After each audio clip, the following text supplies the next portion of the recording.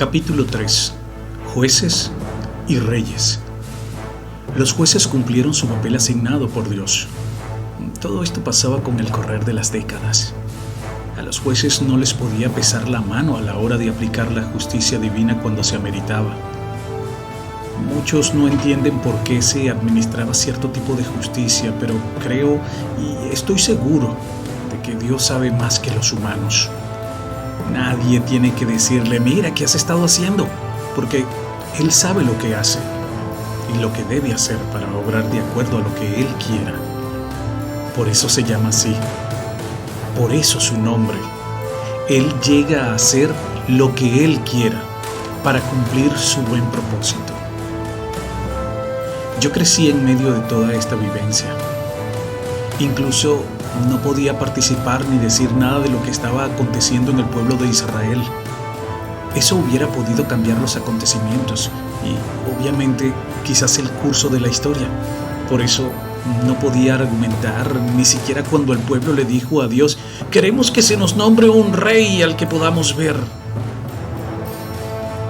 Dios cedió y les dio un rey humano. De manera que un joven llamado Saúl llegó a ser el primer rey de Israel.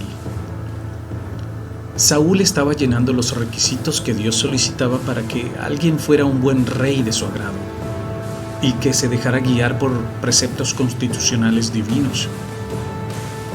Con el tiempo pude ver que Saúl desobedeció a Dios en parámetros que él había establecido y llegó a estar desaprobado.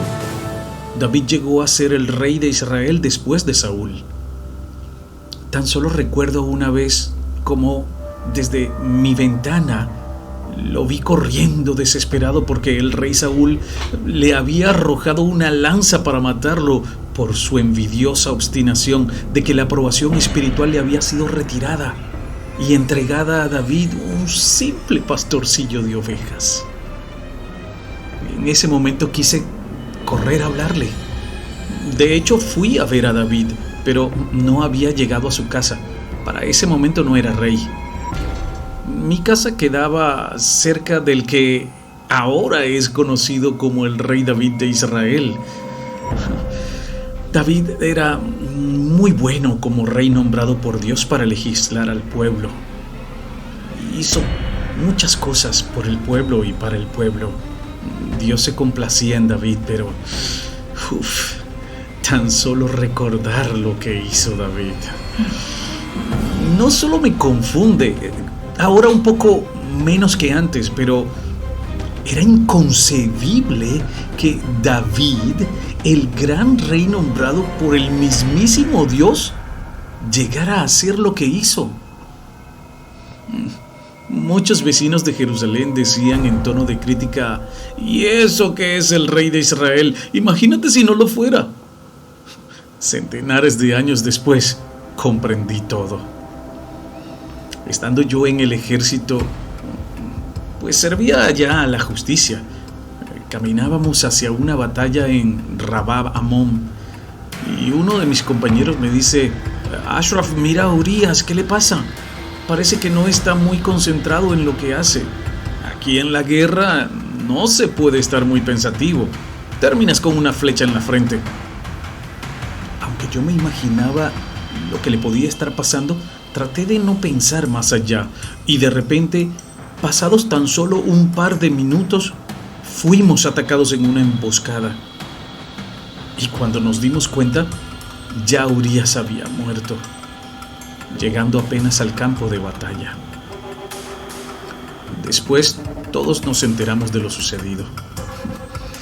David había fijado sus ojos en la esposa de Urias, una mujer bellísima.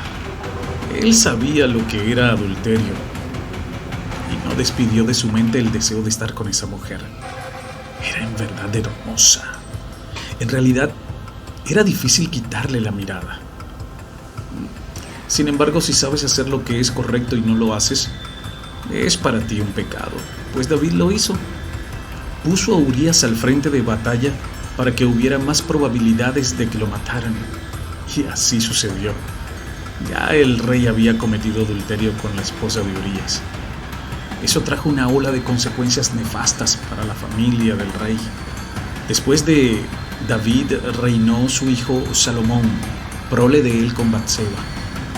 Recuerdo que Salomón demostró tanta humildad y sagacidad que de todas las cosas que un rey nombrado por Jah pudiera pedir, él pidió solo sabiduría. ¿Y qué se puede hacer con sabiduría? Pues conseguir todo lo demás. Pero, como todo, llegó lo malo al corazón del constructor del gran templo de Yahvé, el Dios de los judíos de la época. Salomón conocía muy bien los preceptos de no tener contacto marital ni ayuntamiento con mujeres que no fueran israelitas, porque, dicho en 3 pasos, alejan a la persona de servir al Dios verdadero, para hacer que adoren, conscientes o no, a dioses extranjeros que nada valen. Dioses de arcilla, de oro, de yeso, de madera, que llegan a tener ojos pero no ven, llegan a tener boca pero no hablan, llegan a tener oídos pero no oyen. Pero lo peor del caso es que los que confían en estos dioses sin vida llegan a ser como ellos, falsos, sordos, ciegos, mudos. Por eso Israel, para Jah, es un pueblo apartado y quiere mantenerlo incontaminado.